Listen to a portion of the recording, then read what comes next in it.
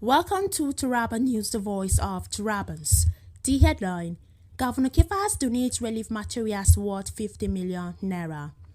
The Taraba State Governor, Dr. Abu Kefas, on Thursday donated relief materials, food and non-food items to the Takum rainstorm victims.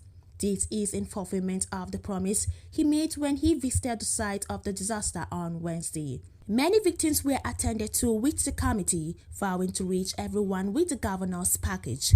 In addition, 32 poles will be re-erected to aid the quick restoration of power.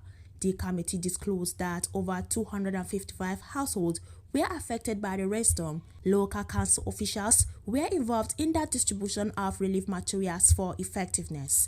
It will be recalled that a heavy downpour had destroyed many houses on Tuesday, with some residents rendered homeless.